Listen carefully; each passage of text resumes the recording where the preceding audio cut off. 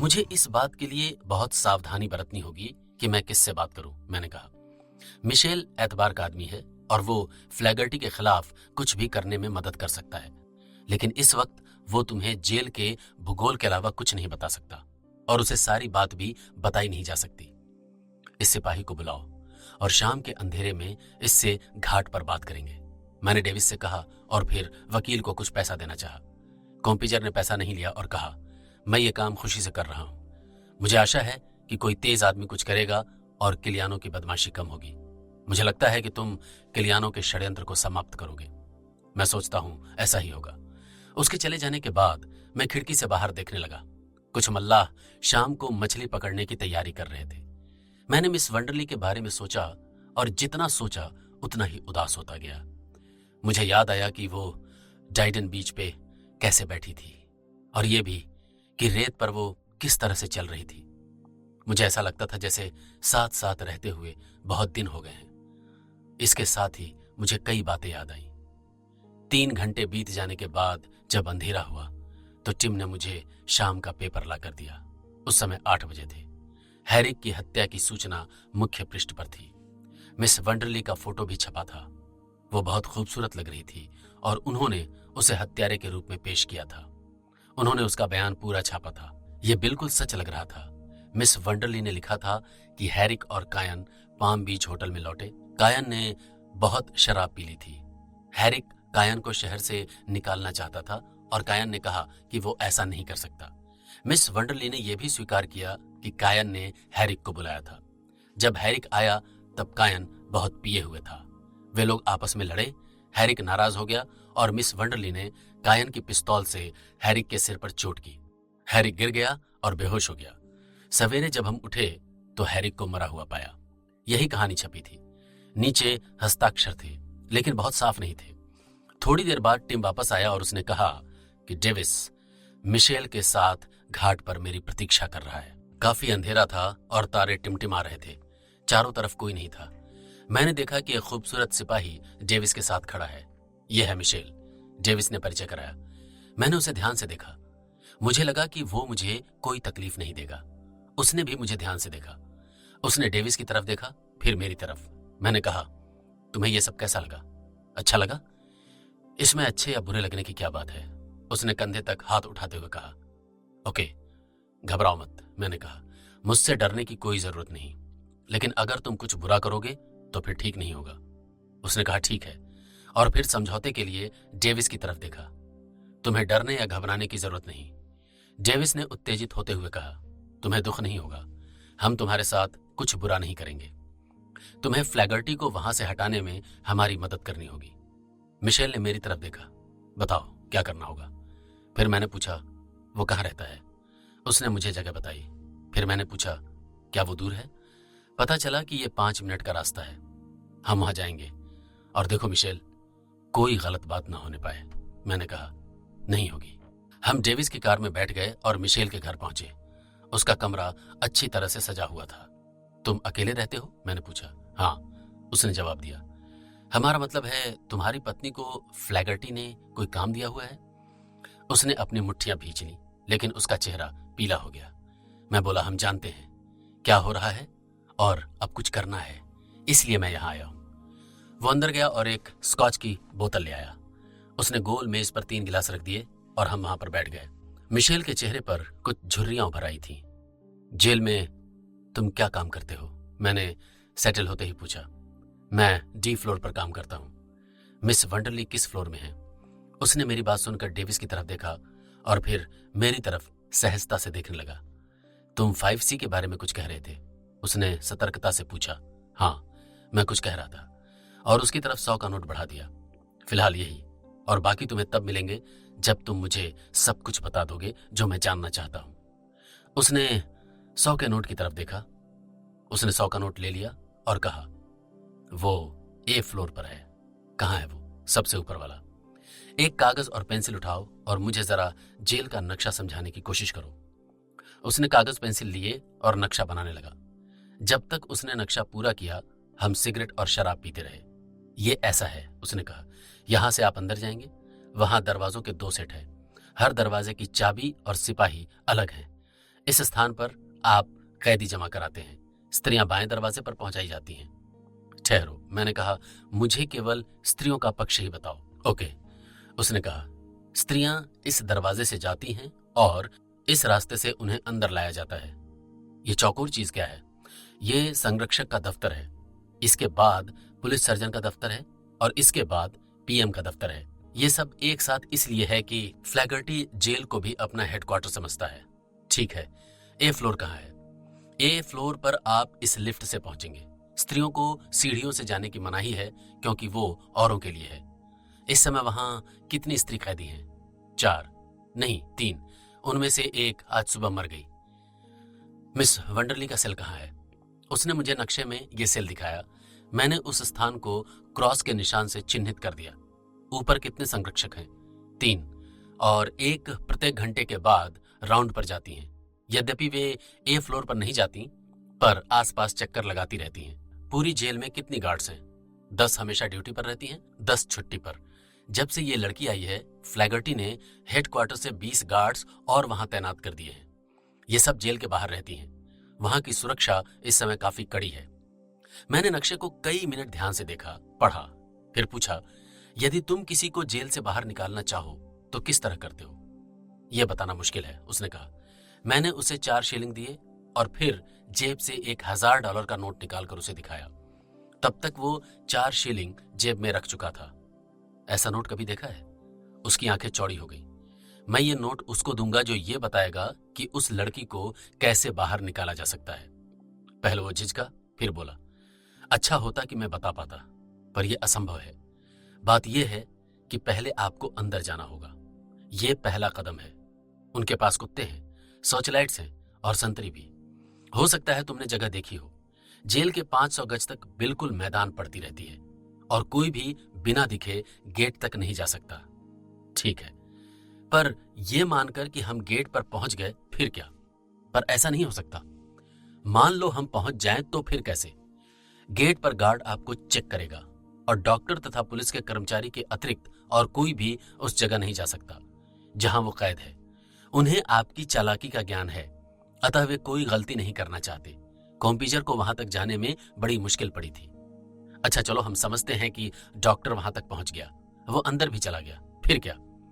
पहला guard doctor को दूसरे गार्ड को सौंप देगा जो दूसरे दरवाजे का ताला खोलेगा। डॉक्टर संरक्षकों के साथ ऑफिस तक जाएगा। वो जेल में और कहीं नहीं जा सकता। यदि कोई बीमार हो तो बात दूसरी है। आज ही सवेरे जब वो औरत मरी तो गार्ड के साथ डॉक्टर को उसके सेल तक ले जाया गया। पर तुमने कहा कि पुरुष किसी भी रूप में स्त्रियों के वार्ड में नहीं जा सकते। हाँ, जब तक कि उनका कोई विशेष संबंध ना हो। कॉम्पीजर के साथ तो गार्ड गए थे। मैंने टेबल पर हाथ मारा। तो ये हो सकता है। उसने इनकारी में सिर हिलाया। ये नहीं हो सकता। मैं आपका ग्रैंड ले सकता था, पर मैं जानता हूं यह मुश्किल है। न कोई अंदर जा सकता है, न कोई बाहर आ सकता है। कोई भी कोशिश कर सकता है, पर उसका कीमा बना दिया जाएगा। मैं आपसे कहता हूं कि फ्लैगर्टी इसकी आशा लगाए हुए है कि आप जेल तक पहुंचने की कोशिश करेंगे, अतः उसने सब इंतजाम किया हुआ है। मैं उठ खड़ा हुआ और बोला, ओके मिशेल, इस भेंट के बारे में अपना मुंह बंद रखना। तुम अब भी ये एक ग्रैंड कमा सकते हो। अब तुम ड्यूटी पर कब जाओगे? कल सुबह 7 बजे। तुम्हारा पहला काम क्या होता है? पहले सेल्स का मुआयना, फिर प्रोविंशियल मजिस्ट्रेट दफ्तर के सामने साफ सफाई करना। ये पीएम क्या करता है? वो पता लगा रहा है कि उस स्त्री की मृत्यु कैसे और क्यों हुई। ठीक है, मैं तुमसे फिर मिलूंगा। उसी अंधेरे में डेविस ने पूछा, अब हम क्या करने जा रहे हैं? उस लड़की को बाहर निकालेंगे। मैंने कहा, अकल की बात करो।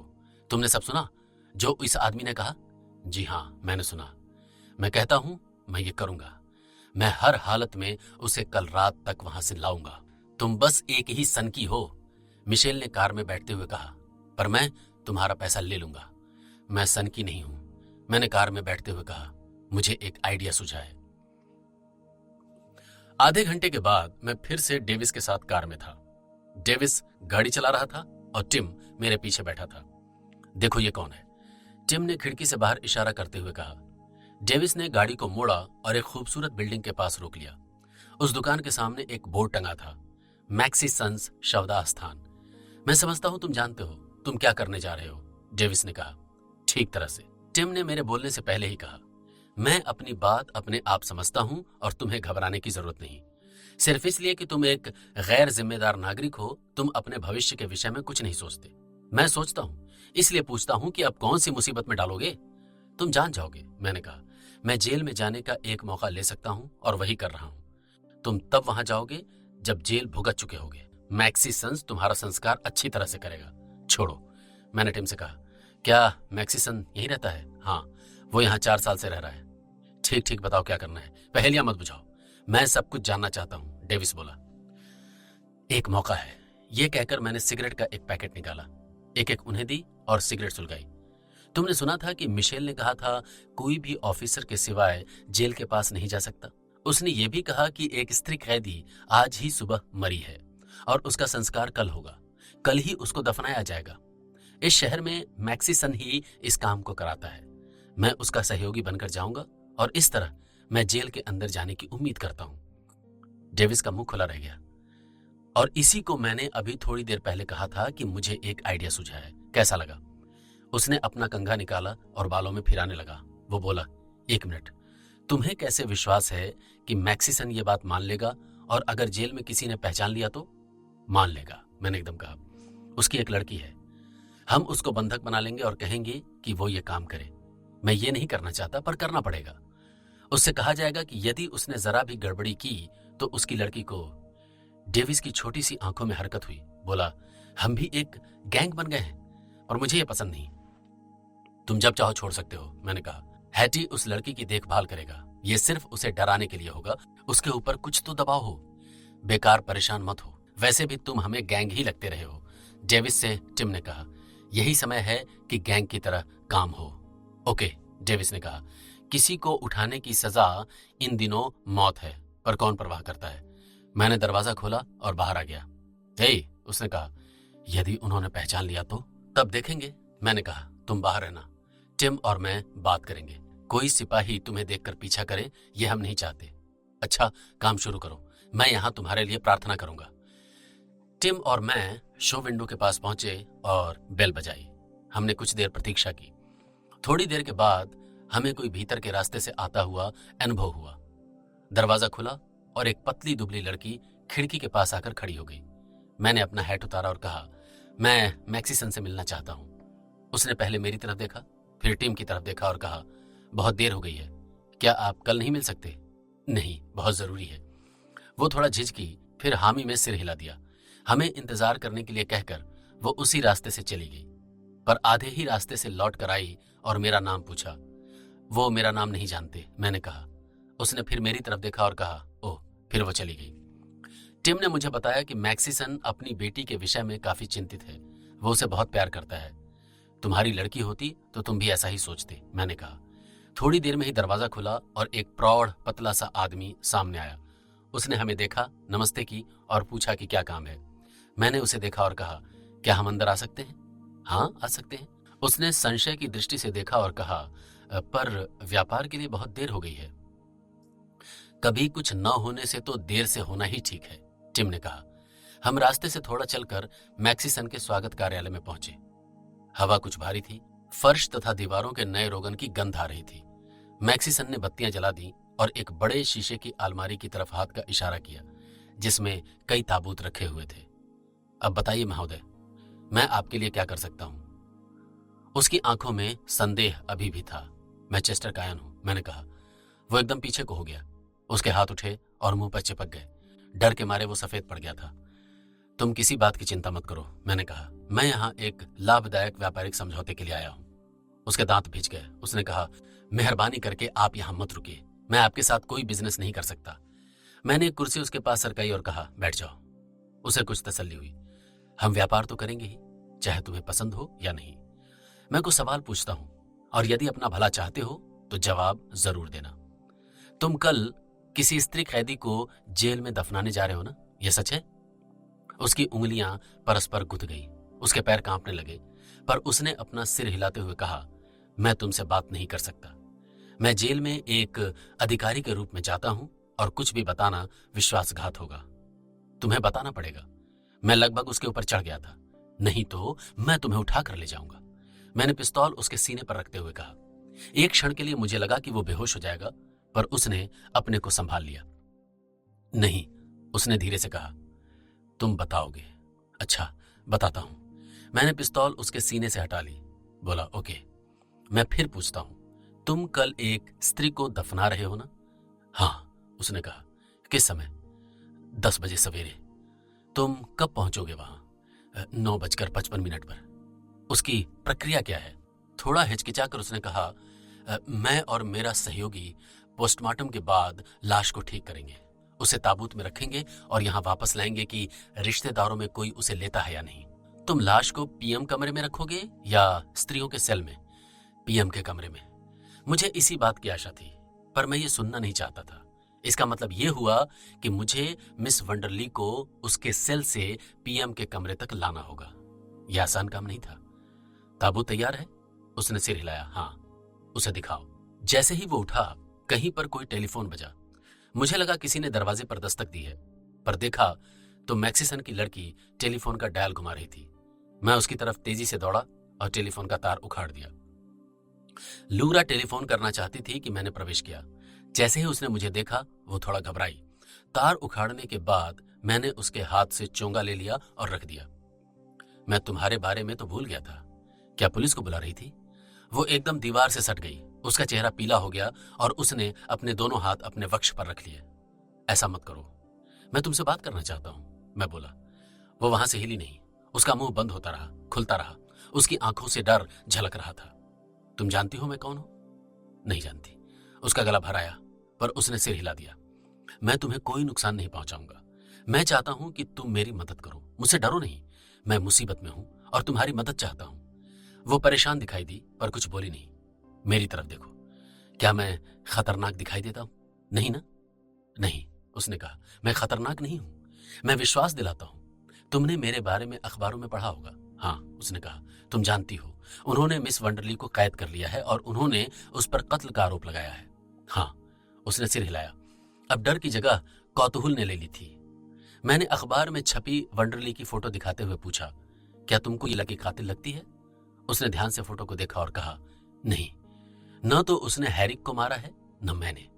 ये एक राजनीतिक हत्या है और उन लोगों ने इसे मेरे ऊपर डाल दिया है क्योंकि मैं इस शहर में नया आया हूं। उसने अपने हाथों की तरफ देखा। वे बिल्कुल सफेद लग रहे थे। तुमने कभी प्यार किया है लूरा? मैंने मुलायम आवाज में कहा। वो झिझकी, पर कुछ बोली नहीं। मेरे पिता, और वो चुप हो गई। ठीक है, मैंने कहा, मुझे इससे कोई मतलब नहीं, लेकिन यदि तुमने प्यार किया है तो तुम्हें एहसास होगा कि वो लड़की मेरे लिए क्या है। मैं उससे प्यार करता हूं और मैं उसे जेल से निकालना चाहता हूं। इसमें चाहे मेरी जान ही चली जाए। मुझे तुम्हारी मदद की जरूरत है। पर मैं कैसे मदद कर सकती हूं? उसने कहा, बिना कोई शोर किए। मैं बताता हूं मैं क्या करना चाहता हूं। मैं ये करना नहीं चाहता, पर मजबूर हूं। मैं किसी भी कीमत पर उसे जेल से निकालना चाहता हूं। मैं तुम्हें यहां से ले जाना चाहता हूं और तब तक अपने पास रखूंगा जब तक वो आजाद नहीं हो जाती। यही एक रास्ता है जिससे तुम्हारे पिता के साथ मैं काम कर सकूंगा। मैं वादा करता हूं तुम्हें कुछ नुकसान नहीं होगा।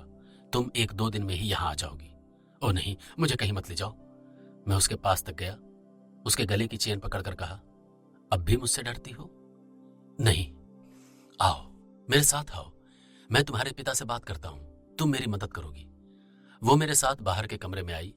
मैक्सिसन कुर्सी पर बैठा था। टिम उसकी देखभाल कर रहा था। इस समय टिम शिकागो के किसी खूंखार दल का सदस्य लग रहा था। तुम्हारी बेटी काफी बहादुर है, मैंने मैक्सिसन से कहा। हाँ, जरा वो ताबूत दिखाओ। वो हमें एक पिछले वाले कमरे में ले गया। ताबूत फर्श पर रखा था। मैक्सिसन ने ताबूत की तरफ इशारा किया। मैं ताबूत के पास गया, उसे देखा। वो बहुत अच्छा बना था। ये तो काफी कीमती है। इसका भुगतान कौन करेगा? उसका पति। यह बताते हुए उसने लूरा की तरफ विवशता से देखा और मेरी तरफ भी। मैंने ताबूत में बिछी चटाई हटाई और नीचे धरातल को देखने लगा। वो काफी मजबूत था। मैंने उसमें एक पेच देखा, फिर टूल रैक से एक पेचकस लाकर धरातल के खोल को हटा दिया। मैंने देखा कि चटाई और धरातल के अलावा ताबूत की गहराई 12 इंच रही होगी। मैंने थोड़ी नाप की और पीछे खड़ा हो गया। क्या तुम ताबूत में कच्चा धरातल लगा सकते हो? मैंने पूछा। हाँ, पर क्यों? छोड़ो। मैंने लूरा की तरफ देखकर कहा, तुम मेरा एक काम करोगी। मैंने ताबूत का ढक्कन हटाया और कहा, जरा अंदर आओ। ओ नो, मैं ये नहीं कर सकती, प्लीज, मैंने कहा। मैक्सिसन आगे बढ़ने को हुआ, फिर टिम ने उसकी तरफ पिस्तौल तान दी। वो वहीं रुक गया। लूरा वहीं खड़ी रहो, मैक्सिसन ने कहा। लूरा को थोड़ा संकोच हुआ। उसने मेरी तरफ देखा और ताबूत में दाखिल हो गई। मैंने उसे उठाया और ताबूत में लिटा दिया। उसको लिटाने के बाद मैंने फिर नापजोख की। बहुत अच्छा, मैंने कहा और उसे बाहर खींच लिया। जब वो बाहर आ गई तो मैं मैक्सिसन की तरफ मुड़ा। मैं ये देखना चाहता था कि ये ताबूत 2 व्यक्तियों को उठा सकता है या नहीं। मैं और तुम उस स्त्री की लाश इसमें रखेंगे, उसके नीचे मिस वंडरली लेटी होगी। इस तरह मैं उसे जेल से बाहर निकालूंगा। मैं मैक्सिसन के यहाँ सवेरे 9 बजे पहुंच गया। वहां पर एक पुराने मॉडल की कार खड़ी थी। मैंने जल्दी से इधर उधर देखा और शीशे वाला दरवाजा खोला और अंदर आ गया। मैक्सिसन मेरा इंतजार कर रहा था। उसने एक लंबा काला कोट पहन रखा था। उसकी दृष्टि उदास थी और वो थोड़ा परेशान भी लग रहा था। मेरी बेटी ठीक है? मुझे देखते ही उसने पूछा। श्योर, जब तक तुम मेरे साथ ठीक तरह से चलते रहोगे उसे कुछ नहीं होगा। लूरा बिल्कुल नहीं घबरा रही है। उसके पास एक स्त्री भी है जो उसकी देखभाल कर रही है। लेकिन यदि तुम जरा भी धोखा दोगे तो वो ठीक नहीं रहेगी। उसकी आंखें चौड़ी हुई। उसने घूर कर देखा। क्या तुमने अपने सहयोगी की छुट्टी कर दी है, जैसा मैंने कहा था? हाँ, वो अपनी पत्नी के साथ अपनी माँ से मिलना चाहता था। मैंने इजाजत दे दी। ओके, मैंने कहा। सब ठीक है? जी हाँ, उसने हामी भरी। चलो पिछले वाले कमरे में चलें। ताबूत को सीधा खड़ा किया हुआ था। मैंने ढक्कन उठाया और नकली धरातल का मुआयना किया। वो ठीक था। हवा पहुंचाने वाले छेद भी देखे। मैक्सिसन ने सारा काम चतुराई से किया था। क्या 1-2 छेद और बना दिए जाएं? ये टाइट है और मैं ये नहीं चाहता कि उसको तकलीफ हो, मैंने कहा।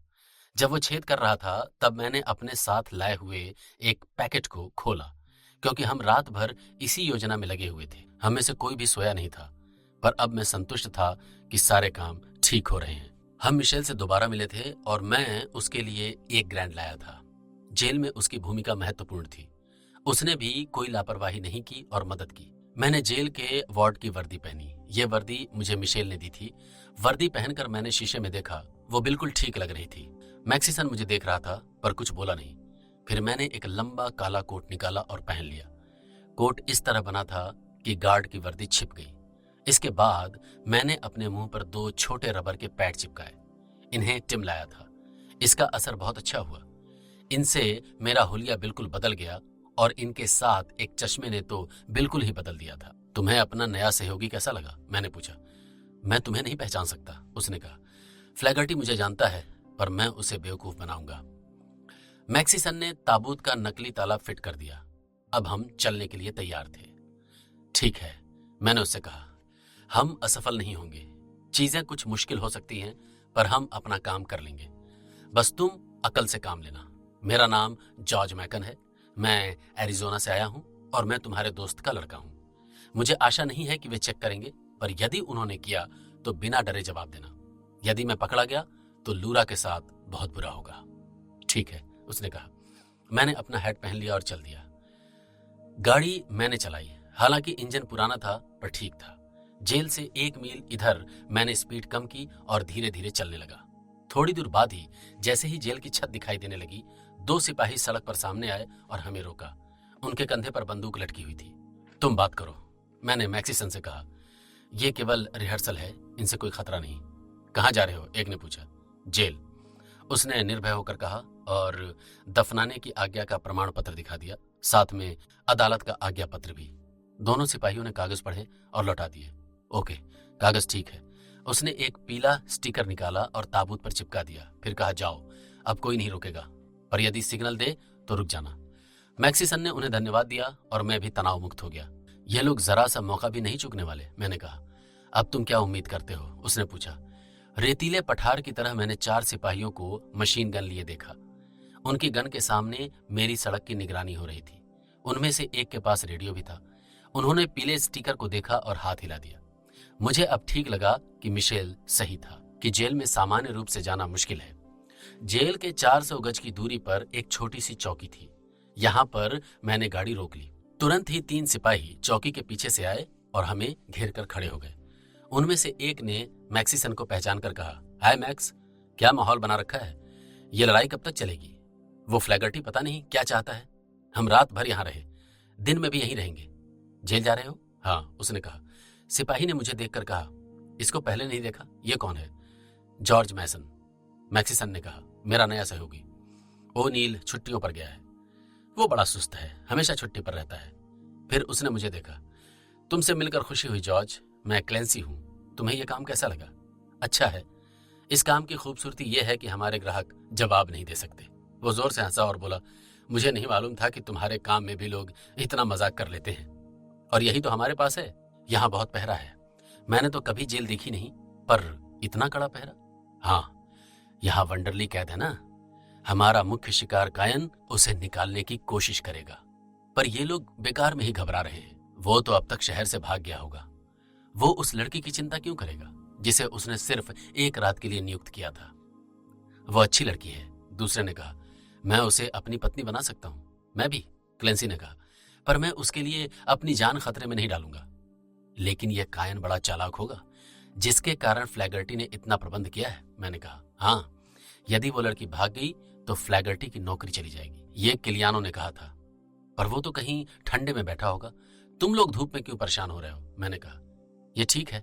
उसने जेल के टॉप फ्लोर पर अपना एयर कंडीशन ऑफिस बनाया हुआ है, जिससे वो हम सब पर नजर रख सके कि हम ठीक तरह से काम कर रहे हैं या नहीं। पता नहीं इस जेल में क्या हो जाए। कल एक स्त्री कैदी मर गई, पर जब तुम जेल में जाओगे तो फ्लैगर्टी की हंसी सुनोगे। एक भयंकर कैदी भी आज ही गई है। वो उसे कहीं और ले जाएंगे? मैंने पूछा। हाँ, 1-2 दिन में। अभी वो वंडरली के पास वाले सेल में है। मेरा चेहरा सफेद पड़ गया, पर मैंने उसे अनुभव नहीं होने दिया। अच्छा क्लेंसी, चलें? हमें 10 बजे ये काम करना है। श्योर, उसने कहा। ये ठीक है, इन्हें जाने दो, उसने औरों से कहा। मैंने गाड़ी आगे चलाई तो आवाज आई कि कायन मिले तो कहना हम इंतजार कर रहे हैं। हाँ, मैं भी उसे बक्सा दिखाऊंगा, मैंने कहा। सब लोग हंस पड़े। अब कैसे होगा? मैंने मैक्सिसन से पूछा। उसने रुमाल से पसीना पोंछा और मुझे लगा कि वो बहुत घबराया हुआ है। मैंने कहा, तुमने गौर किया उस लड़की के विषय में जो वंडरली के पास वाले सेल में लाई गई है? इसका मतलब जानते हो? हाँ। नहीं, तुम नहीं जानते। अगर वंडरली की जगह लूरा होती तो? उसका चेहरा तन गया। हम जेल के पास आ गए थे। मैंने 2 बड़े दरवाजों के पास आकर गाड़ी रोक दी। 2 सिपाही हमारे पास आए। हेलो मैक्सिसन, एक ने कहा, हम तुम्हारा इंतजार कर रहे थे। क्या हम अंदर आ सकते हैं फ्रैंकलिन? ये नए नियम मुझे उलझा रहे हैं। ठीक है, कुछ विशेष नहीं, मैं तुम्हारे लिए दरवाजा खोलता हूं। पर जैसे ही वो गेट की तरफ मुड़ा, उसने मुझे देखा तो वापस आ गया। ये कौन है? उसने पूछा। ये मेरा सहयोगी है। ओनील छुट्टी पर गया है, लेकिन मुझे उन्हीं आदमियों को जाने की इजाजत है जिन्हें मैं जानता हूं। मैं समझता हूं मुझे सार्जेंट को बुला लेना चाहिए। छोड़ो, सार्जेंट ब्रेकफास्ट कर रहा है, उसे पूरे दिन के लिए तंग मत करो, एक ने लापरवाही से कहा। हमें जल्दी है, मैक्सिसन ने कहा, हम पहले ही लेट हो चुके हैं। फ्रैंकलिन ने मुझे संदेह की दृष्टि से देखा। मैंने कार की खिड़की से अपना सिर निकाला और उससे कहा, यदि सारा काम इन्होंने किया तो मुझे नुकसान होगा। मैं इस बात का क्या करूं? तुम इससे बाहर आ जाओ। पर उसकी त्योरी उतर गई थी। मैंने अपनी पिस्तौल निकाल ली थी और उसे मैक्सिसन को दिखाया, फिर उसे सीट पर रख दिया। मैक्सिसन उस पर बैठ गया। मैं गाड़ी से बाहर आ गया। तुम्हारे पास कुछ है तो नहीं? ये तय हो जाने पर तुम अंदर जा सकते हो। उसने मेरे शरीर पर अपना हाथ फिराया। यदि वो मुझे कोट उतारने के लिए कहता तो मैं मुश्किल में पड़ सकता था, पर उसने ऐसा नहीं किया। ओके, अंदर जाओ, वो पीछे हट गया। मैं अंदर आ गया था। हमने दरवाजा पार किया। मैंने मैक्सिसन के कब्जे से अपनी पिस्तौल ले ली और राहत की सांस ली। फिर एक मैदान से होकर हम सामने की तरफ पहुंचे। वहां पर कुत्ते थे। वे भयंकर रूप से हमें देखकर उछलने लगे, पर भौंका कोई नहीं। उन्हें पार करके मुझे खुशी हुई। हम एक लोहे की ग्रिल के पास रुके। 4-5 सिपाही वहां तैनात थे। उनमें से एक ने हमारे लिए ग्रिल खोली। ओके मैक्सिसन, अंदर जाओ, डॉक्टर ने अभी अपना काम खत्म किया है। अब हम अंदर आ गए थे। सफेदी से पुता हुआ पोस्टमार्टम कमरा काफी साफ था। एंटीसेप्टिक रसायन की गंध चारों तरफ से आ रही थी। उस स्त्री की लाश एक मेज पर लिटाई गई थी। उसका गंजा सिर एक लकड़ी के खांचे में फिट किया हुआ था। वो बड़ी भयानक लग रही थी। डॉक्टर अपना काम खत्म करके वॉश बेसिन में हाथ धो रहा था। गर्म पानी की भाप से उसके ऊपर का शीशा धुंधला हो गया था। अब आप इसे ले जा सकते हैं, उसने चारों तरफ देखते हुए कहा।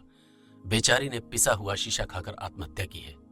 मैं ये जानना चाहता हूं कि उसे शीशा कहां से मिला। जेल में कहीं पर एक स्त्री चिल्लाई, ऐसा लगा जैसे उस पर अत्याचार किया जा रहा है। यह ऐसी आवाज थी जैसे कोई स्लेट पर पेंसिल रगड़ रहा हो। डॉक्टर हमारी तरफ आया और बोला, मैं उस स्त्री के बारे में रिपोर्ट करने जा रहा हूं। उसे यहां से हटाना चाहिए।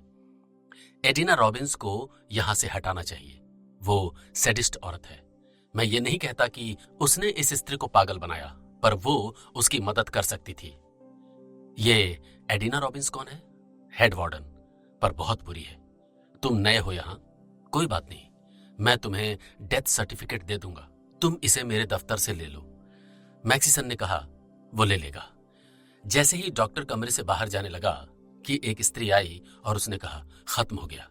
हाँ, और उसे देखे बगैर बाहर चला गया। उसने डॉक्टर को जाते हुए देखा, फिर मैक्सिसन की तरफ होकर कहने लगी, जितनी जल्दी हो सके इस लाश को ले जाओ, और तब मिशेल यह स्थान साफ करेगा। अच्छा, मैक्सिसन ने कहा। उसने ताबूत को उसी तरह रहने दिया जैसा होना चाहिए था। वो स्त्री अपने पूरे व्यक्तित्व में एक डरावनी स्त्री लग रही थी। उसने डॉक्टर की शीट उठाई और पढ़ने लगी। मैं उसे देख रहा था।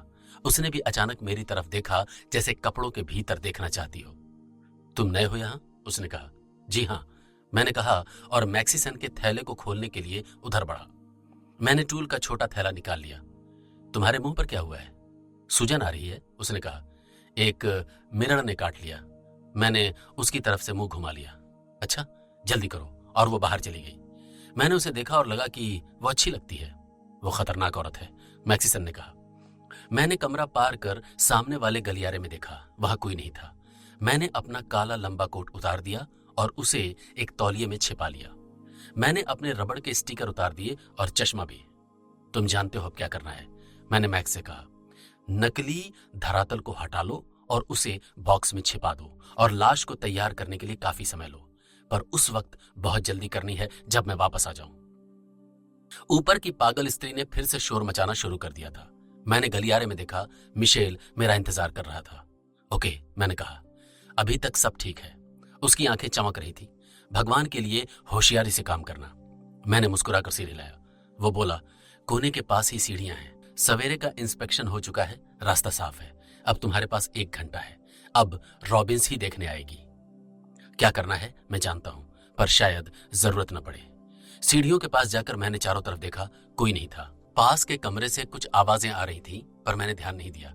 इन सीढ़ियों से सीधे ऊपर के फ्लोर पर जाया जा सकता था। मैं चढ़ने लगा और दूसरी मंजिल पर पहुंचा।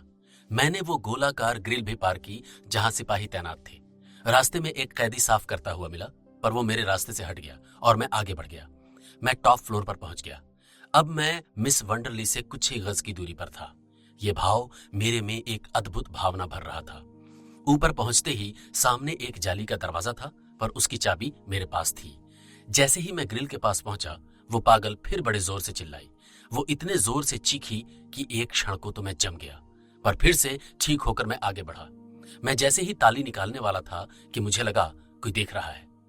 एडिना रॉबिन्स आधे दरवाजे पर खड़ी थी, पर उसका सख्त चेहरा भावना शून्य था। हम दोनों परस्पर देखते काफी समय तक खड़े रहे। उसे कुछ संदेह हो रहा था, पर मेरी वर्दी से वो शांत थी। मैं धीरे से उसकी तरफ बढ़ा। ऊपर कोई तकलीफ है? मैंने पूछा। मैं उससे 6 फीट के फासले पर था। तुमने ऐसा क्यों सोचा? मैंने ये चीख सुनी। मैं दूसरे फ्लोर पर था, अतः ऊपर आ गया। पर तुम्हें ऊपर नहीं आना चाहिए। ओके, मैंने कहा। तुम्हें मेरे विषय में चिंता नहीं करनी चाहिए। मैंने उसे ऊपर से नीचे तक देखा और कहा, मैं नहीं चाहता कि तुम्हारे जैसी सुंदर स्त्री को कोई कष्ट हो। अच्छा, अंदर आओ और बताओ क्यों। मैं झिझक कर फिर उसके कमरे में चला गया। कमरा साफ था। वो एक डेस्क के सहारे खड़ी हो गई और अपना हाथ बांधकर पूछा, पहले तुम्हें नहीं देखा? मैं स्टेशन हेडक्वार्टर से नया आया हूं। और डेस्क के दूसरी तरफ उससे सटकर खड़ा हो गया। हम काफी पास पास थे। उसे मुझे देखने के लिए गर्दन घुमानी पड़ती थी। मैंने पहले कभी नहीं देखा है तुम्हें। मैंने तुम्हें कल देखा था। मैं पीएम के कमरे में काम कर रहा था जब तुम उधर से गुजरी, और तुम उस नए सिपाही जैसे लगते हो। वो मेरा भाई है, पर वो चेहरे से जरा मोटा है और वो स्त्रियों से बात नहीं करता है। तुम पसंद करते हो? हाँ, मैं उन्हें पसंद करता हूं और वो मुझे। मैंने कहा, इसलिए तुम स्त्रियों के वार्ड में आए हो। उस औरत की चीख ने मुझे डरा दिया। मुझे लगा उसने तुम पर हमला किया है, पर वे मुझ पर हमला नहीं कर सकती, वे जानती हैं। मैंने महसूस किया वो स्त्री सख्त है। मैंने कहा, क्या मैं तुमसे दोस्ती कर सकता हूं? वो खड़ी हो गई। मूर्ख, उसने कहा, फिर कभी ऊपर मत आना। यहां ऐसा कुछ नहीं जिसकी मैं देखभाल न कर सकूं। तुम कुछ भी सुनो उसे भूल जाना। मैं जानता हूं। मैं दरवाजे की तरफ बढ़ा और कहा, किसी बात की जरूरत हो तो बताना, मैं दूसरे फ्लोर पर ही हूं। उसने अजीब नजरों से देखा और तब तक दरवाजे पर खड़ी रही जब तक उसने मुझे नीचे आते हुए नहीं देख लिया। मैं बी फ्लोर पर इसी रास्ते से उतरा। मैंने प्रतीक्षा की और उसको वापस जाते सुना। फिर दरवाजा बंद करने की आवाज आई। कुछ क्षण बाद मैं फिर ऊपर सीढ़ियां चढ़ने लगा। ग्रिल खोली और जल्दी से उसे बंद किया और धड़कते दिल से मैं उस छोटी गैलरी में आ गया था जहां से वंडरली के सेल में रास्ता जाता था। पहले 3 सेल खाली थे और कई तरह की गंध आ रही थी। मैंने रबड़ के फर्श पर बिना आवाज किए आगे बढ़ना शुरू किया। एक तरफ कई और सेल थे। सामने से कैदियों की कुछ आवाजें आ रही थीं। चौथे सेल में कुछ हरकत महसूस हो रही थी। मैं रुका और देखा कि एक मोटी बूढ़ी औरत मेरी तरफ देख रही थी। हेलो खूबसूरत लड़के, उसने लोहे के दरवाजे पर आते हुए कहा। मैंने 10 साल से कोई पुरुष नहीं देखा। क्या तुम मुझे देखने आए हो? मैंने अपना सिर हिलाया, थोड़ा सा उसकी तरफ रुका और बहुत ध्यान से दरवाजे के पार देखा। तुम जवान औरत चाहते होगे, तुम उन्हीं को पसंद करते हो। वो दूसरे सेल में है। उसका चेहरा घृणा से बेतुका हो गया था। जैसे ही मैं छठे सेल में आया वैसे ही किसी हाथ ने जाली से निकलकर मेरी कलाई पकड़ ली। वो हाथ भयानक रूप से मजबूत लग रहा था। मेरा चेहरा पसीने से भीग गया। मैंने अपने आप को दरवाजे की तरफ जाने दिया और जब वो ठंडा चेहरा मेरे सामने आया तो मैं बड़े गौर से उसे देखने लगा। हेलो, उसने कहा, मैं तुम्हारा इंतजार कर रही थी। मैं तुम्हें मार दूंगी। नहीं, तुम मुझे नहीं मार सकती। मैं तुम्हें यहां से बाहर निकालने के लिए आया हूं। वो जोर से हंसी और अपने पैरों पर उछलने लगी। वे मुझे बाहर नहीं निकलने देंगे। वे जानते हैं कि मैं उनके साथ क्या करूंगी। मैं तुम्हारा गला दबा दूंगी। मैंने बहुत जल्दी ताकत लगाकर अपने आप को छुड़ाना चाहा और जैसे ही मैंने अपने आप को उससे खींचा मैं दूसरी तरफ गिर गया। मैं उठने के लिए कोशिश कर ही रहा था कि उसने अपने घुटनों पर बैठकर सीखचों से बाहर हाथ निकालकर मेरे गले में हार की तरह डाल दिया। मैंने उसे अपने बूट की नोक से चोट मारी, लेकिन सीखचों के कारण उसे चोट लगी नहीं। उसने मेरे पैर पकड़ लिए और कोशिश करने के बाद भी मैं अपना पैर नहीं छुड़ा पाया। दूसरे सेल से वो मोटी औरत ये सब देख रही थी। वो तुम्हारा कलेजा निकाल देगी, उसने मुझसे कहा। मेरे पूरे चेहरे पर पसीना फैल गया था। मैं बहुत परेशान हो उठा था। उस औरत के चेहरे पर कुछ ऐसा था जो उसे पागल समझने में मदद नहीं कर रहा था। उसने मेरे पैर छोड़ दिए थे, लेकिन मेरी कमीज को पकड़ लिया। मैंने उससे पूछा, तुम्हें क्या हो गया? मैं तुम्हें यहां से बाहर निकालने आया हूं। तुम्हारे साथ पास वाली लड़की को भी निकालूंगा। नहीं, तुम उसे नहीं छू सकते। उन लोगों ने उसे बहुत तंग किया है। जरा पास आओ। मैं तुम्हारी गर्दन दबाना चाहती हूँ। तुम लोग बहुत गंदे होते हो। मैंने अपने आप को अलग हटाने की कोशिश की। उसने अपने पास खींच लिया और उसकी उंगलियों के कुछ निशान मेरे गले पर भी पड़े, पर वो मेरे चेहरे पर उस तरह से देख रही थी कि मैंने अपने पैर हटा लिए। ये उसे नहीं मालूम पड़ा। मैंने उसे पीछे धकेल दिया और अपने आप को काफी हद तक उससे मुक्त किया। अब कहीं मैं ठीक तरह से खड़ा हो सकता था। एक क्षण बाद मैंने देखा कि एडिना सेल के अंदर खड़ी है। उसकी आंखों में खतरा झलक रहा था। दूसरी औरत कमरे में कहीं पीछे छिप गई थी और वो पागल फर्श पर लेट गई। मुझे थोड़ी देर के लिए अपनी श्वास रुकती हुई नजर आई। एडिना गैलरी में आ गई थी। उसने मुझसे कहा, तुम यहां से गए नहीं? अब तुम्हें वार्डन के सामने चलना पड़ेगा। मैं जरा सा पीछे को हो गया और दूसरे सेल में देखा कि एक औरत पीठ किए हुए लेटी है। उसके सुनहरे बाल अच्छे लग रहे थे और मैं महसूस कर सकता था कि वो कौन है। पागल मत बनो, मैं किसी को नुकसान नहीं पहुंचा रहा। मैं ये देखने आया था कि ये कैसी लग रही है। एडिना ने मुस्कुराते हुए कहा, तुमने अपना काम नहीं किया और तुम्हें वार्डन से डांट खानी पड़ेगी। मैंने एडिना को देखा और महसूस किया कि मैं उसे संभाल लूंगा। मैं उसके और करीब पहुंचा और कहा, तुम मेरी मदद कर सकती हो। तुम्हें मुझसे कोई मदद नहीं मिलेगी। मैंने अपने हाथ उसका गला पकड़ने के लिए उठाए, तब मुझे अपने जीवन का सबसे बड़ा आश्चर्य अनुभव हुआ। उसने छिपकली की तरह से मेरी कलाई पकड़ ली और मुझे अपनी तरफ खींचा, झुकाया और ऐसा लगा कि जैसे मैं हवा में फेंक दिया गया हूं और मैं लोहे के सीखचों से टकरा गया। मैंने तुमसे कहा था कि इस फ्लोर पर मैं सब कुछ ठीक कर सकती हूं और उसमें तुम भी शामिल हो। उसने अपना पैर मेरे ऊपर से हटाया और मेरे चेहरे पर किक किया। कहा, खड़े हो जाओ, चुपचाप मेरे पास आओ वरना मैं तुम्हारी गर्दन दबा दूंगी। गुस्से में मेरे दांत भिज गए और मेरे पैर कांपने लगे। मैंने उसके पैरों को पकड़ लिया। उसने जोर से झटका दिया, वो अलग हो गई। लेकिन ऐसा करते हुए वो मेरे ऊपर गिर पड़ी। मैंने उसके शरीर को अपने हाथों से पकड़ने की कोशिश की। वो बहुत सख्त लग रही थी। उसने एकदम पलटा खाया और मुझे पकड़ती हुई बोली, मैं तुम्हें लड़ना सिखाऊंगी। इस तरह से मैं उसे लिए फर्श पर रोल करने लगा। उसने मुझे एक बुलडॉग की तरह से पकड़ रखा था और मुझे अपनी कलाई पर लगी खरोंच में दर्द भी होने लगा था। मैंने एक जगह उसके सिर में जरा सा खून देखा और वहीं एक चोट और मार दी। फिर उसे गर्दन से पकड़ लिया, तब वो फर्श पर चित हो गई। मैं अपने घुटनों के बल ऊपर उठा। मेरा दाया हाथ जैसे बेजान हो गया था। वो फिर दोबारा मेरे ऊपर झपटी, लेकिन मैं तैयार था। मैंने उसकी कलाई पकड़ी और मरोड़ दी। वो किसी भी ताकतवर आदमी की तरह सख्त और मजबूत थी, लेकिन इस समय वो मेरे ऊपर नहीं झपटी और ग्रिल वाले गेट की तरफ भागी। मुझे मालूम था चाहे जो कुछ हो, वो खतरे की घंटी बजाने की स्थिति में नहीं आनी चाहिए। मैंने उसे पकड़ लिया और इससे पहले कि उसकी उंगली अलार्म बजाए, मैंने उसे पीछे खींच लिया। उसने मुझे पीछे से धक्का दिया और अपने पैर मेरे पेट पर मारे, लेकिन मैं उठा और उसे ग्रिल के सामने ही दबा दिया।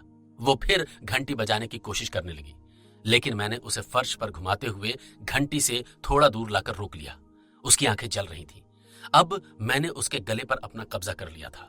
उसने अपना अंगूठा मेरी आंखों में मारने की कोशिश की, लेकिन इस सारी कश्मकश में मैंने उसके गले पर वार किया। उसका मुंह खुल गया, हल्की सी आवाज आई और वो उस पागल औरत के सामने गिर पड़ी। एक क्षण के लिए जैसे सब कुछ रुक गया। मैं अपने घुटने के बल था और देखा कि वो सीखचों के सामने लेटी हुई है। उसके दोनों हाथ सीखचों के पास पहुंचे हुए हैं और शायद वो बेहोश हो गई है। वो पागल औरत सब कुछ बड़े अचंभे से देख रही थी। वो पीछे को घूमी। सीखचों में और एडिना के सिर के बीच बहुत तंग जगह थी और वहां से गुजरना आसान नहीं था।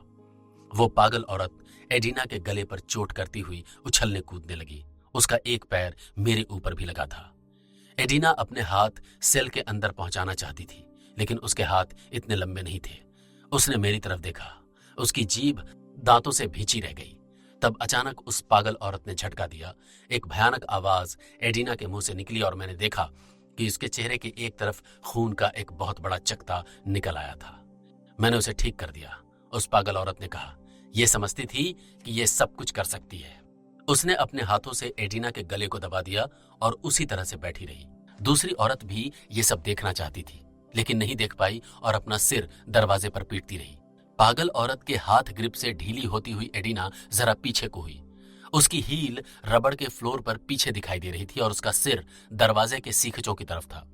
उसने सहारे के लिए सीखचों को पकड़ा, लेकिन उठ नहीं पाई। उसके चेहरे पर फर्श पर बहुत सारा खून गिर रहा था।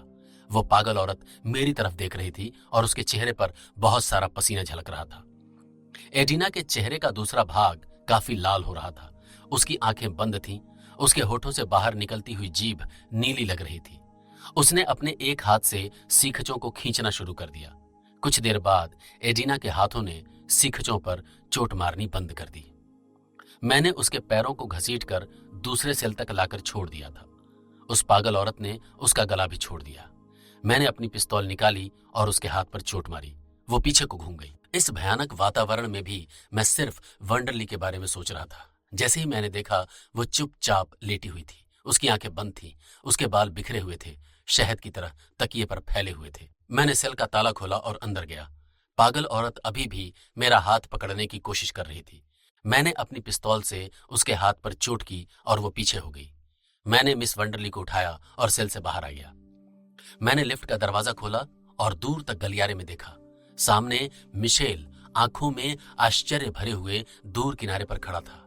उसने मुझे देखकर हाथ हिलाया। ऊपर फ्लोर पर बूढ़ी औरत अभी भी चीख रही थी। मैं फिर से लिफ्ट में आ गया, मिस वंडरली को उठाया और गलियारे में निकल आया। जैसे ही मैंने ऐसा किया, मिशेल वहां आया और उसने सीढ़ियों के दरवाजे का ताला बंद कर दिया। मैंने उसे बताया कि मैंने मिस वंडरली को फ्लोर पर लिटाया हुआ है और अपनी पिस्तौल हाथ में ले ली। इतने पर ही एक गार्ड ऑटोमेटिक राइफल से मिशेल के पीठ पर निशाना लगाकर कुछ करना चाहता था, लेकिन मैंने कोई मौका नहीं दिया और उस पर चोट मारी। गार्ड जमीन पर गिर गया। उसकी राइफल भी उसके हाथ से छूट गई और उसमें से गोली छूटने की आवाज आई। मैं एकदम पीछे को घूमा, मिस वंडरली को अपने कंधे पर डाला और उसे कसकर पकड़कर भागने लगा। जेल में कहीं पर खतरे की घंटी बजी। ये इस बात का प्रतीक थी कि कैदियों में कुछ गड़बड़ हो गई है, और इसके साथ उस बूढ़ी औरत की चीख आती रही। आधे रास्ते में एक दरवाजा खुला और 2 सिपाही बाहर आए। मैंने उनके एक पांव पर चोट मारी। ये देखकर दूसरा एकदम अंदर चला गया और उसने दरवाजा बंद कर दिया।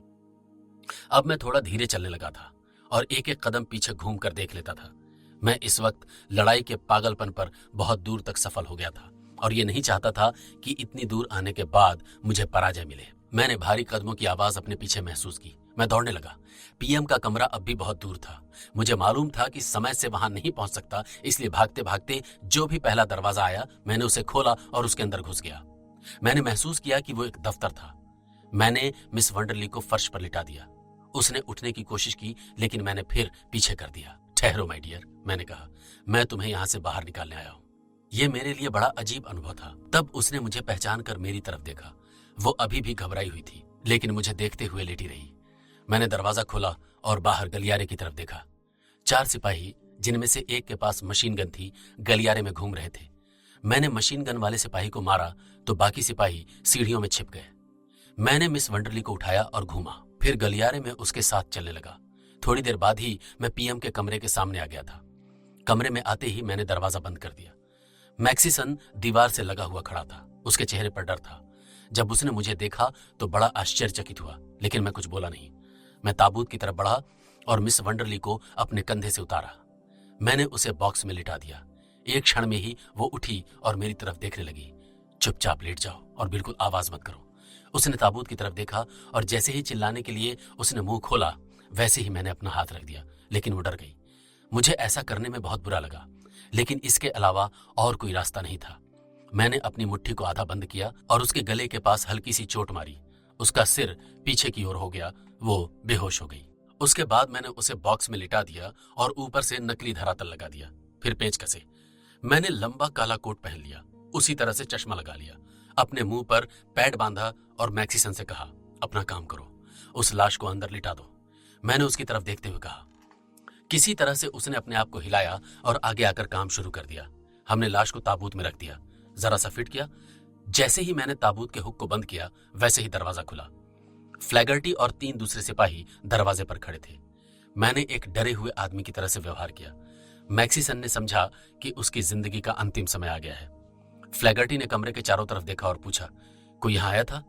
मैक्सिसन ने अपना सिर हिला दिया। वो इतना डरा हुआ था कि उससे बोला नहीं गया। इधर आओ, फ्लैगर्टी ने अपने सिपाहियों से कहा और अंदर आ गया। अंदर आकर वे ताबूत की तरफ गए और उसका ढक्कन खोला। उन्होंने उस लाश की तरफ ध्यान से देखा। उसकी आंखें छोटी हो आईं और वो बड़बड़ाता हुआ कमरे से बाहर हो गया। मैंने अपने चेहरे को पोंछा और ठीक तरह से सांस लेने की कोशिश की। मैंने मैक्सिसन से कहा, चिंता मत करो, हिम्मत से काम लो, अभी हम आधे रास्ते पर हैं। मैंने एक पेचकस लिया और ताबूत का ढक्कन कस दिया।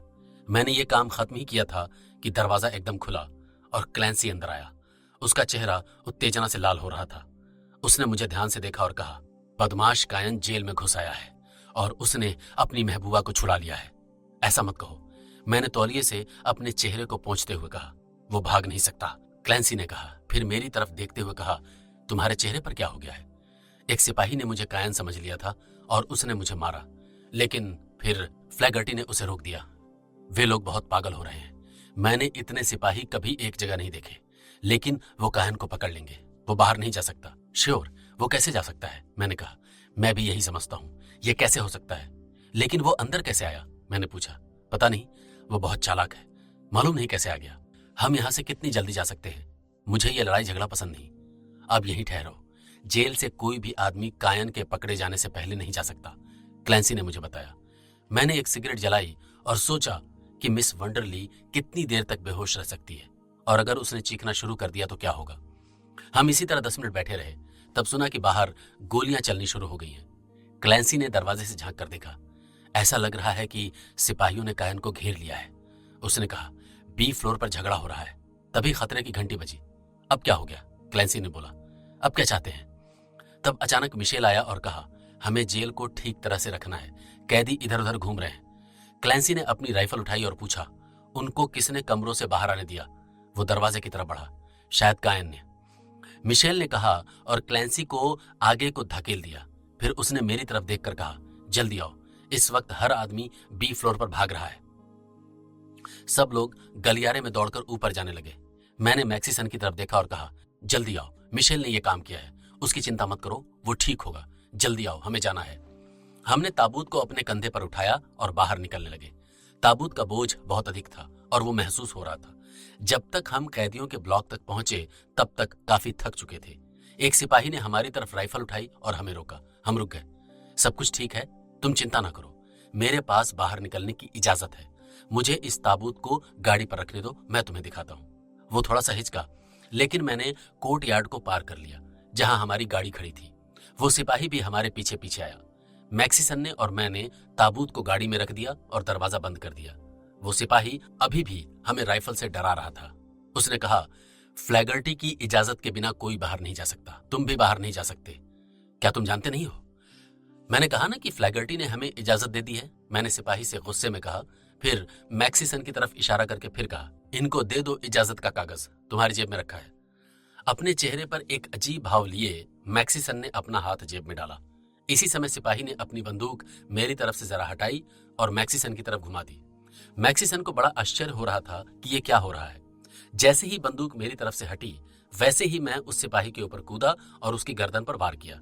वो गिर गया और मैंने उसकी राइफल छीन ली। फिर मैंने उसके सिर पर गहरा वार किया। आओ चले, मैंने मैक्सिसन से कहा और उसको गाड़ी में धकेल दिया। मैंने बड़ी तेजी से गाड़ी चलाई और कोर्ट यार्ड पार किया। पहला गेट खुला था, लेकिन बाहर वाले गेट के पास हमें रुकना पड़ा क्योंकि वो बंद था। फ्रैंकलिन बाहर आया और उसने हमें घूर कर देखा। तुम लोग बाहर जा रहे हो जबकि अंदर इतनी गड़बड़ हो रही है? उसने पूछा। श्योर, मैंने कहा। हमने जेल से निकलने की इजाजत मेन ब्लॉक पर सिपाही को दे दी है। अंदर जेल में कुछ कैदियों की गड़बड़ हो रही है। उसने अपना सिर हिलाया। मैं इन सब झंझटों से दूर रहता हूं, मैं एक शांति प्रिय आदमी हूं। यह कहकर वो दरवाजे की तरफ गया और दरवाजा खोल दिया। मैंने उसकी तरफ सिर हिलाया और गाड़ी बाहर निकाल ली। अब सिर्फ एक ही रुकावट रह गई थी और वो थी बाहर की चौकी। मैंने अपनी पिस्तौल अपने हाथ में ले ली और बहुत ध्यान से रेतीले रास्ते पर गाड़ी चलाने लगा। वहां पर कोई सिपाही नहीं दिखा। असलियत में वहां कोई सिपाही नहीं था और हम तेजी से निकल गए। पश्चिमी खाड़ी प्रदेश का ये मार्टलो होटल अटलांटिक सागर से दूर स्थित था। अपनी बालकनी से खड़े होकर हम रूजवेल्ट को देख सकते थे। यह स्थान लगभग निर्जन था। दोपहर का समय था। मैं गर्मी का आनंद ले रहा था। मिस वंडरली मेरे साथ बैठी थी। इस समय वो काफी सुंदर लग रही थी। मैंने सिगरेट उठाने के लिए हाथ बढ़ाया तो उसने मेरा हाथ पकड़ लिया। मैं उसे देखकर हंसने लगा। खूबसूरत लड़की हो ना, मैंने कहा। उसने सिर हिलाया, अपना हैट उतार कर रखा। उसके कोमल रेशमी बाल कंधे पर बिखर गए और वो भी खूबसूरत लगने लगी। हम इस होटल में 5 दिन से थे। जेल हादसा अब एक बीती हुई बात बन गया था। हमने पहले 2-3 दिन उसके विषय में बात नहीं की। इन दिनों मैं वंडरली की तबीयत ठीक करने में लगा रहा। उसे रात को नींद नहीं आती थी। नींद आती तो बुरे सपने आते थे। पर 2-3 दिन बाद में वो धीरे धीरे ठीक होने लगी। अब वो लगभग ठीक थी। उसकी देखभाल के लिए हैटी हमारे साथ थी। हुआ ये कि मिस वंडरली को जेल से लेकर हम सीधे टिम के घर आ गए थे, सीधे उसकी पोर्ट में। हैटी, टिम और मैं किसी तरह वहां से निकलने में समर्थ हो गए। किलियानो ने इस पश्चिमी खाड़ी में भी हमारी खोज करवाई, पर हम उसके घेरे में नहीं आ पाए। वो शायद अब भी इधर उधर दौड़ धूप कर रहा था। आज ही सवेरे टिम अपनी बोट में पैराडाइज पाम लौट गया। पश्चिमी तट मछली पकड़ने के लिए प्रसिद्ध है और भी उस उत्तर पश्चिमी धारा में अनेक जहाज आते जाते रहते हैं। ये हमेशा का काम है, शायद शताब्दियों से हो रहा है। मिस वंडरली की तबीयत आशा के विपरीत जल्दी ठीक हो गई। अब वो सामान्य लग रही थी। सब ठीक है, मैंने मुस्कुराते हुए पूछा। हाँ, उसने कहा। और तुम? बिल्कुल ठीक। यहाँ छुट्टियों जैसा आनंद आ रहा है, जैसा कि मैं पैराडाइज पाम में चाहता था। हम कब तक यहाँ ठहरेंगे? उसने पूछा। कोई जल्दी नहीं है, पहले तुम ठीक हो जाओ। यहाँ जब तक चाहो हम ठहर सकते हैं। उसने अपना चेहरा मेरी तरफ घुमाया और गंभीरता से देखते हुए पूछा, हमारा क्या होगा अब? उसने अपना हाथ मेरे हाथ में दे दिया। मैं नाराज सा हो गया और कहा, क्या होना है? क्या होना चाहिए? डार्लिंग, ये सवाल मुझे नहीं पूछना चाहिए था शायद, पर यह हमारे बीच की बात है। उसके चेहरे पर चमक आ गई। क्या तुम ऐसा ही चलने देना चाहती हो? मैंने मुस्कुराते हुए पूछा। मैं ऐसा नहीं हूं जो जगह जगह भटकूं। मैं जानती हूं तुम ऐसे होते तो मैं तुम्हें प्यार करने लगा हूं, पर यह नहीं जानता कि तुम मेरे जीवन में किस तरह सेटल हो सकोगी। मैंने अभी तक सेटल होने के बारे में नहीं सोचा। शायद मेरा जीवन तुम्हारे लायक न हो। उसने हमारे गुथे हुए हाथों की तरफ देखा। तुम वहां वापस जाना चाहते हो? उसने कहा। कहाँ? मैंने पूछा। प्लीज डार्लिंग, ऐसे मत कहो। बताओ, क्या तुम वहीं वापस जाने के लिए उत्सुक हो? तुम चिंता मत करो, पर मैं कह नहीं सकता कि मैं क्या करूंगा। पर जैसे ही टिम आएगा तुम जाओगे। तुम केवल टिम की प्रतीक्षा कर रहे हो, है ना? हाँ, ये तो ठीक है। मैं उसकी प्रतीक्षा कर रहा हूं और उसके आने पर तुम उसके साथ चले जाओगे। हो सकता है। क्या यही जरूरी है? हो सकता है। मैंने कहा ना, ये इस पर निर्भर करता है कि वहां क्या होगा, क्या हो रहा है। उसने मेरा हाथ कसकर पकड़ लिया। डार्लिंग, वापस मत जाओ। वहां हम सुरक्षित नहीं रह सकेंगे। जेल में सोचती थी कि अब मैं तुमसे नहीं मिल सकूंगी। मैंने सोचा वे तुम्हें पकड़ लेंगे और मार देंगे, पर हम बच गए। मैं भी तुम्हारे साथ हूं। अब दोबारा खतरा लेने से क्या फायदा? चिंता मत करो, मुझे एक काम पूरा करना है। मैं बहुत कठोर व्यक्ति हूं, उनसे कुछ नहीं होगा। नहीं, अब ऐसा मत करो। कोई भी आदमी लोहे का नहीं होता। मैं हूं, मैं लोहे से ही बना हूं। ओह, उसके हाथ कांपने लगे। उसने फिर कहा, प्लीज ऐसा मत करो, अब छोड़ो ये सब कुछ। मैंने अस्वीकृति में सिर हिलाया। उसने अपना हाथ हटा लिया। तुम और तुम्हारा घमंड। उसकी आवाज कड़ी और नाराजगी से भर गई थी। तुम्हें किसी की परवाह नहीं, तुम्हें हमारी चिंता नहीं। तुमने काफी खतरनाक खेल खेल लिए हैं, अब क्या परेशानी है? नहीं, ऐसी बात नहीं। हाँ, यही बात है। तुम बदला लेना चाहते हो। तुम समझते हो कि किलियानो ने तुम्हें घेरा है, फंसाया है, परेशान किया है। तुम उसे अपनी ताकत दिखाना चाहते हो। क्या यह ठीक होगा कि उन लोगों की भीड़ में तुम फिर जाओ, सिर्फ इसलिए कि बोगर्ट और कागने ऐसा करते हैं तो तुम भी ऐसा ही करो? एक क्षण चुप रहकर वो फिर बोली, मैं ये नहीं कहती कि वे तुम्हें पकड़ लेंगे या सारे कैदियों और संतरियों के सामने सजा देंगे, पर यह भी तो सच है कि तुम्हारे यहां वे कभी नहीं आए। क्या वे आएंगे? तुम्हारे पास अब कोई ऐसी स्त्री नहीं जो सीखजों के घेरे से तुम्हें कुछ कहे या जिसका जीवन खतरे में हो। ओह डार्लिंग, और अब केवल मैं ही नुकसान झेलूंगी। मैं बदला नहीं चाहती, मैं तुम्हें चाहती हूं। मुझे कुछ नहीं चाहिए। मैं उस खतरे से बाहर आ गई हूं, अब बाहर ही रहना चाहती हूं। तुम उनसे लड़ना चाहते हो, तुम उनसे मेरा बदला लेना चाहते हो, पर मैं नहीं चाहती। उसकी आवाज यकायक टूट गई। वो बोली, प्लीज डार्लिंग, क्या तुम मेरे बारे में कुछ नहीं सोचते? क्या अब वहां जाने का इरादा नहीं बदल सकते? मेरे लिए, हमारे लिए?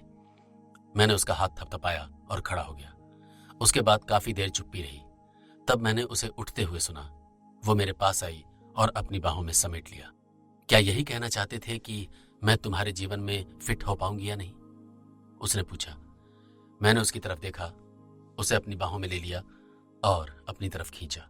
हाँ, मैं इस तरह डर कर नहीं जा सकता। मैं किलियानो को सबक सिखाऊंगा। मैं वापस जरूर आऊंगा। मैं ठीक तरह से नहीं जी सकता अगर वे इसी तरह खुले रहेंगे। ओके डार्लिंग, मैं पहले नहीं समझी थी, मुझे माफ करना। मैंने उसे चूम लिया। उसने पूछा, डार्लिंग, क्या तुम चाहते हो कि मैं तुम्हारा इंतजार करूं? मैंने उसकी तरफ देखा और कहा, हाँ, तुम निश्चित रूप से मेरा इंतजार करोगी। उसने अपना सिर हिलाया। निश्चित रूप से नहीं, एक शर्त पर। नहीं तो जब तुम आओगे मैं यहां नहीं मिलूंगी। क्या शर्त है? तुम किलियानो को नहीं मारोगे। अब तक तुम अपने बचाव में सब कुछ करते रहे हो। यदि तुम उसे मारोगे तो यह हत्या होगी। ऐसा मत करना, वचन दो। नहीं, अभी यह वचन नहीं दे सकता। वो मुझे किसी भी बात में फंसा सकता है। क्या ये तुम नहीं जानती? यह दूसरी बात है, पर पहले तुम आक्रमण नहीं करोगे। यदि वो तुम्हें मारना चाहेगा तो दूसरी बात है, पर तुम उसे खुद शूट नहीं करोगे जैसा कि तुम्हारी योजना है। ओके, मैं वचन देता हूं। मैंने उसे और अपने करीब ले लिया। तब अकस्मात मैंने महसूस किया कि उसकी पीठ सख्त हो गई है। मैंने कंधे उचका कर देखा कि टिम की बोट कोई 1 मील दूर होगी। वो तेजी से हमारी तरफ आ रहा था। डेविस, टिम और मैं टिम के घर एक गोल मेज के चारों तरफ बैठे थे। हमारे हाथों में गिलास थे और मेज पर स्कॉच की बोतल रखी हुई थी। डेविस अभी अभी आया था। सुबह का वक्त था। मैं और टिम काफी समय पहले पश्चिम की खाड़ी से आ गए थे। मैं व्यस्त रहा। डेविस ने कहा, पर वो लड़की कैसी है? वो ठीक है। उसे जेल में काफी तकलीफें दी गई, पर अब उस पर उनका असर नहीं रहा। वो ठीक है। फिर रुककर कहा, वो ये नहीं चाहती थी कि मैं वापस यहां आऊं, पर ठीक है, वो इस बात को भी झेल लेगी। अच्छा है कि वो ठीक है। डेविस ने कंघा लिया और बालों में घुमाने लगा। अब क्या मुसीबत है?